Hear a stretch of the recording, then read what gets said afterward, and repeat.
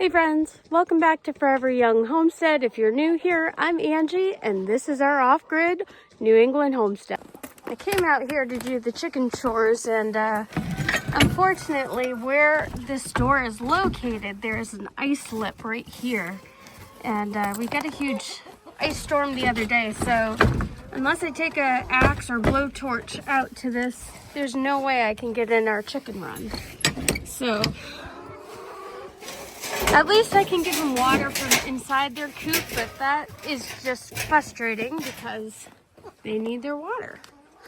But my husband actually has a door over there, and he might work on it today, he might not, but we're going to put a small screen door here just as another access point because that area with all the ice, it gets frozen. So hopefully putting another access door right here will definitely help.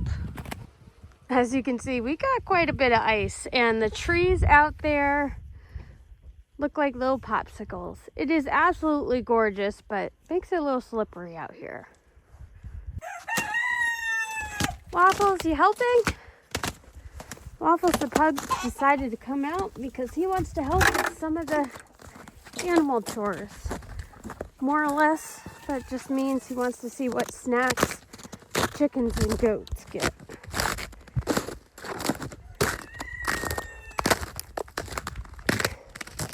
And that's frozen too. Wow. Brush that off a little bit. Good morning, chickens. I see you. You guys want your breakfast and your water. So even though we live off grid, and one of the things my husband does regret is building his house too fast. He got a construction loan, rolled it into a mortgage, and here we are working 2 corporate jobs and basically paying as if we were living like if we were tied on the grid. Now, don't get me wrong, living up in the mountains, not connected to much, is definitely gorgeous. Absolutely love the view. But when you basically are working the rat race and in the system, we have a mortgage. And yes, we have 2 cars, so we have car payments.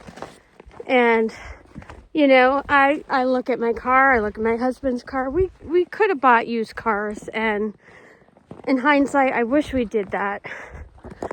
But our rationale was, well, we have over an hour commute each way to work. We live in the mountains, need all-wheel drive. But again, I could have done all of that getting a used vehicle. I didn't have to get a brand new vehicle. So it's hard because you live paycheck to paycheck and it's just to pay bills. And that's a huge part of why we got thinking, we're like, why are we doing this? Why do we have to wait until we retire to really live our lives? And the whole point of this is to, yes, unfortunately, sell our homestead. And we're trying to sell as much of everything that we have and just live even a more simpler lifestyle. When you live off grid, yeah, you tend to live a simple lifestyle, but when you have a mortgage, car payment, still working a regular job, it's not always easy. It's almost like you're still stuck in the same rat race. But you know, it's our choices that got us there. And I'm not saying, you know, yeah, it's not easy, and I like the off-grid lifestyle, but we want to embrace it more. I've always dreamed of having a farm stand or even raising like beef cattle, you know, and where we live here, I can't really do a lot of that. We want to have a longer growing season as well. And in Vermont, you're limited with your growing season. So if we moved to a different state that has a longer growing season, I can have bigger gardens and just try and make a go of being more sustainable.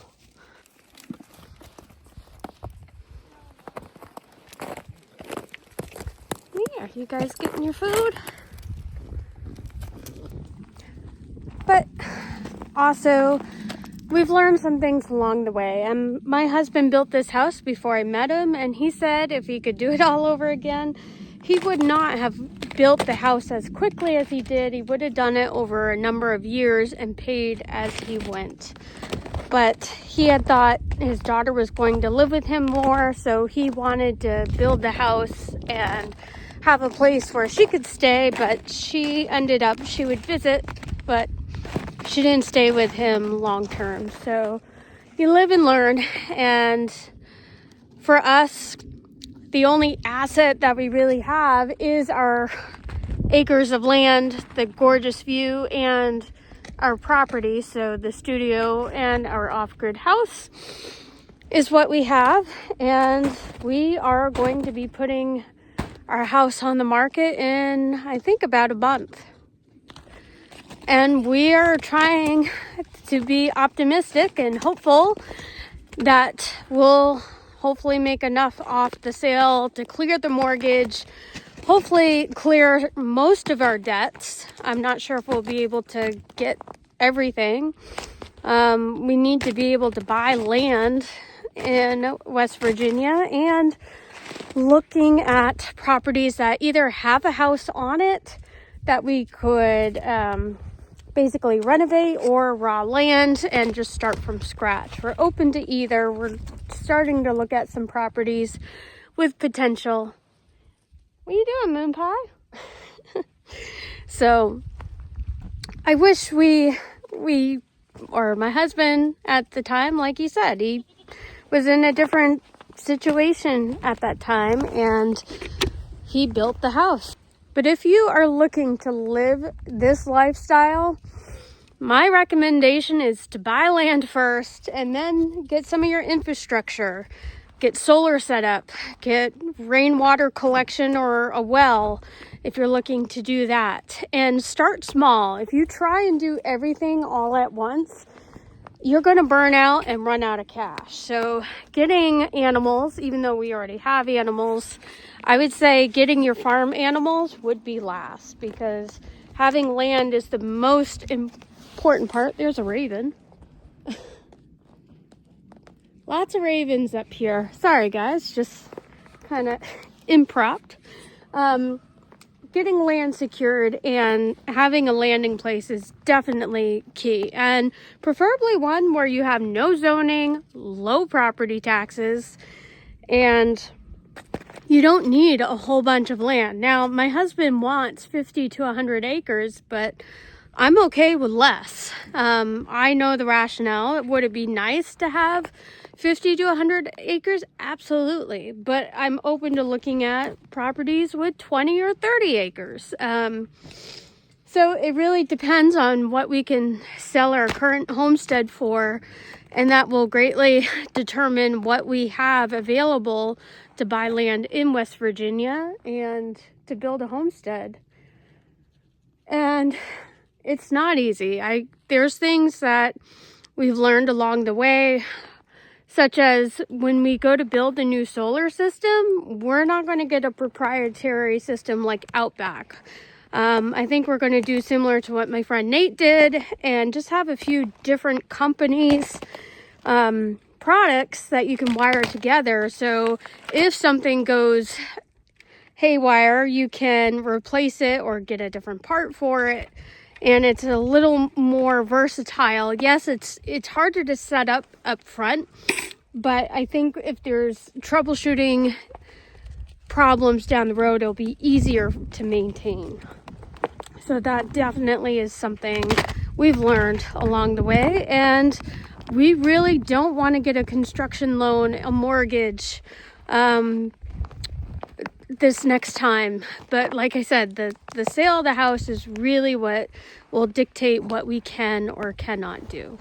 So in the meantime, while we are getting a little closer to having our house listed on the market, my husband and I have been diligently working on deep cleaning the house and downsizing, because yes, when you go to show a house, you want it in as pristine condition as possible.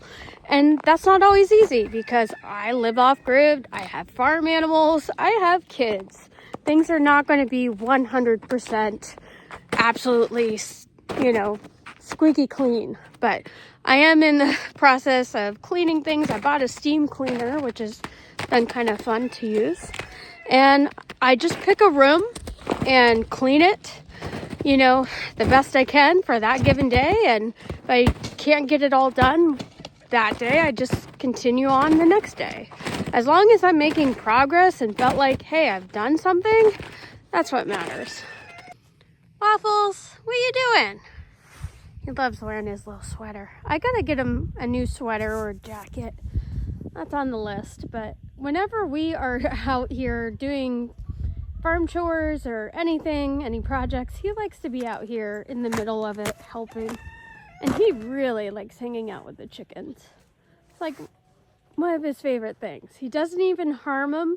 He goes up, sniffs them, and he's more interested in their snacks than anything. Right, Waffles? So that's where we're at on the homestead, and I think the end of February, towards the end of February, we're going to plan another trip out to West Virginia. I'm going to bring some of my kids with me just so they can see the state. I don't think I've brought them to West Virginia before. We've gone to Florida, Tennessee, but never West Virginia with them. So I'm planning on bringing them just so they can get used to the area. And, we have a couple pieces of property. If they're still for sale, we'll take a look at them. And yes, we are planning to list our house on the market towards the end of winter. I'm not quite sure how the housing market will be in 2026, but I know it can be a good thing and a bad thing to list a house in the winter. There isn't much for listings in the winter. It can be a good or bad thing listing your house in the wintertime months. The advantage is there isn't a lot of competition. There's not a huge amount of properties that are listed in the winter months, but that can also be a con because you're the only listing out there, and if buyers aren't interested in it, well, that's it. Usually spring, summer is when the majority of the properties are for sale, but not always. I sold my last house actually in the winter. I listed it in November. Of course, this was during when COVID hit, so houses were selling like hotcakes, and I sold it, so we closed in February.